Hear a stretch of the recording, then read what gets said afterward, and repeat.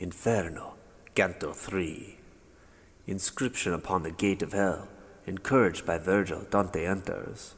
Beholds indolent and imbecile spirits, who having lived upon earth in a state of indifference both to good and evil, are assigned the same portion as the neutral angels.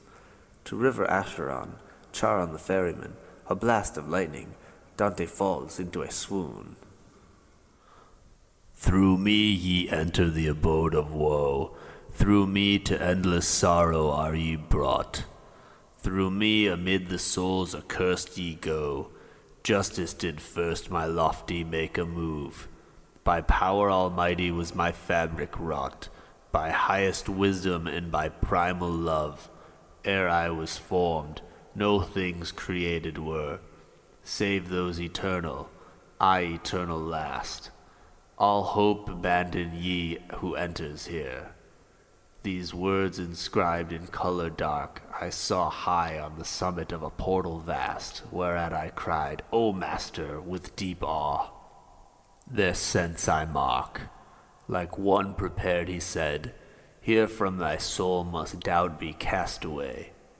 Here must each thought of cowardice be dead, and at that place I told thee of arrived, the melancholy shades shalt thou survey, of God, the mind's supremest good deprived.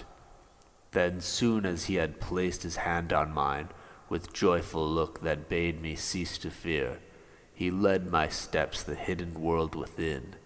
There sighs and sorrows and heart-rending cries resounded through the starless atmosphere, whence tears began to gather in mine eyes.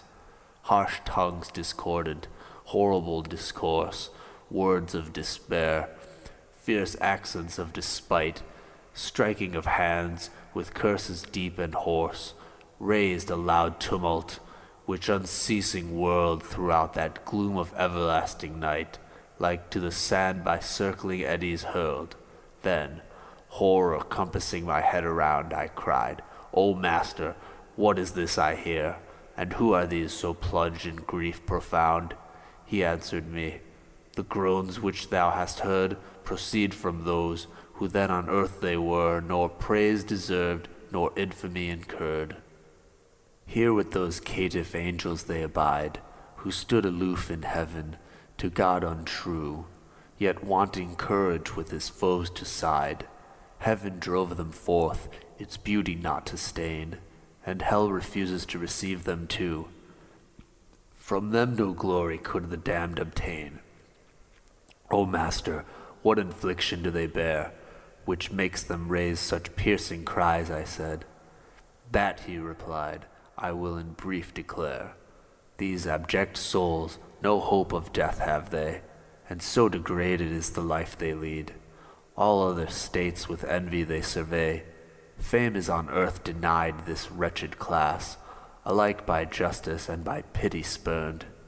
Let us not speak of them, but look and pass.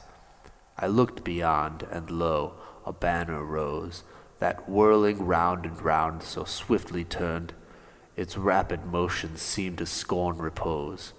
So large a troop of spirits came behind, I ne'er forsooth could have believed it true, that death had slain such myriads of mankind. And when I had examined many a shade, behold, that abject one appeared in view, who mean of soul the grand refusal made. Straight I perceived and instantly recognized before my sight that miserable throng, by God and by his enemies despised. These wretches who could ne'er be called alive were naked and by wasps and hornets stung, which ever and anon around them drive. The cruel swarm bedewed their cheeks with blood, which trickled to their feet with many a tear, where worms disgusting drank the mingled flood. Then looking through the murky air I saw a mighty stream, with numbers standing near, whereat I said, O Master, by what law do these sad souls, whose state I fain would learn, so eagerly across the river haste, as by the doubtful twilight I discern? These things, he answered me, shall all be told, soon as our footsteps on the bank are placed of Acheron, that mournful river old.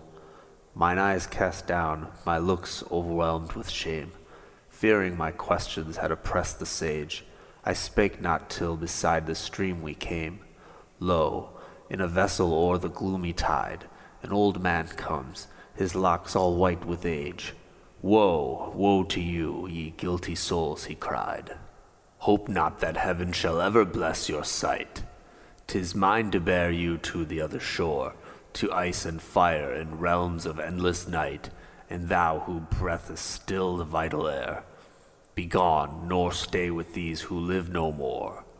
But when he saw that yet I lingered there, by the other ways, by the boats, he said, and not by this, a passage must thou find. A lighter bark than this must carry thee. Charon, my guide, returned, thy wrath restrain. Thus it is willed, their will and power are joined. Therefore submit, nor questions us again.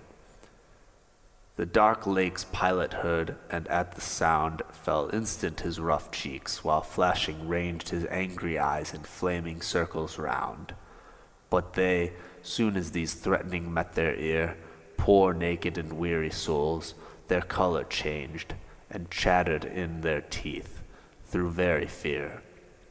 God they blasphemed their parents and of the earth, the wretched habitants, their country, and their natal hour, the seed that gave them birth. Then bitterly their lamentations flowed. As close they gathered to that cursed strand, assigned to every one who fears not God.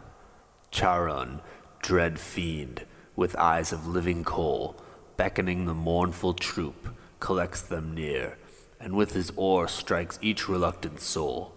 As leaves in autumn borne before the wind, fall one by one until the branch laid bare, sees all its honors to the earth consigned.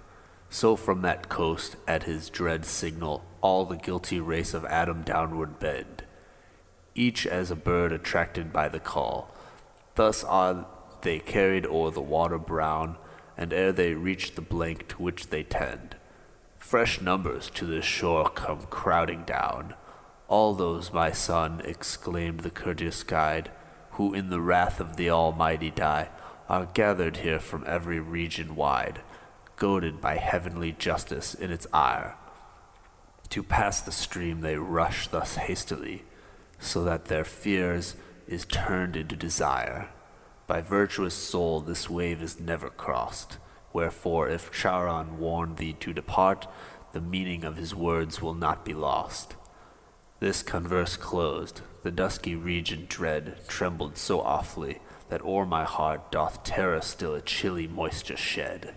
Then, flashing forth a bright vermilion flame, sped from that land of tears a fearful blast, which all my senses instantly o'ercame.